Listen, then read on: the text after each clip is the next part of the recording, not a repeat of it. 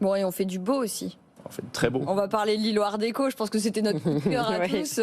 Oui, ça me parle déjà, Art déco. Alors en plus, si on peut voir les images... Ça ressemble à quoi? Ouais, ça ressemble à quoi? Alors j'appelle Amaury en régie, il faut absolument que tu diffuses les images parce que c'est très très chouette. Grégory, je vous laisse le présenter quand même. Alors l'îlot Art déco, là je dirais on est dans, là encore, de la chirurgie de l'urbanisme. C'est-à-dire que on a les images derrière vous, honnêtement, voilà. Ça ressemble à du Mallet Stevens, pour ceux qui connaissent. On voit cette maison qui était un petit peu perdue au milieu d'un parc. Elle était existante. Derrière, avec une vieille bâtisse qui, elle, a été démolie. Ouais. Avec un aménagement qui a été fait, on le voit là un petit peu sur cette image aérienne. Et donc aujourd'hui, on a conservé la maison existante et derrière, on est venu faire un aménagement avec de la densification au travers de la maison individuelle, tout en respectant l'architecture et l'esprit de ce qu'était cette maison Art déco. On va le voir sur les images qui vont arriver.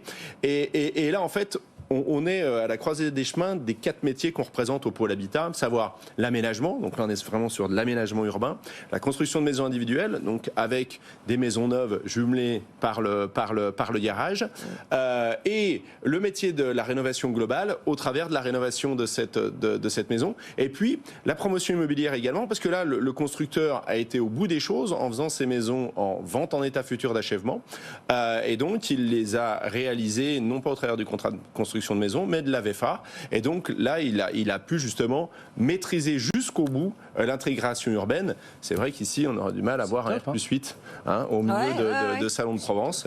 Et franchement, je dirais, c'est vraiment, là, on voit tout ce qui peut être intéressant, toute la quintessence que sont capables de développer nos adhérents. Et c'est vrai qu'on peut être fier de ça. Je pense qu'ils peuvent vraiment être fiers de cela et on n'a pas à rougir aujourd'hui. C'est pas parce qu'on est constructeur de maison qu'on vient poser là aussi une maison sur un terrain. On va très très loin et on sait faire de belles choses. Puis le résultat, c'est franchement joli. Oui, c'est entre du Mallet Stevens et du Bauhaus, quoi. Et puis les matériaux sont de qualité.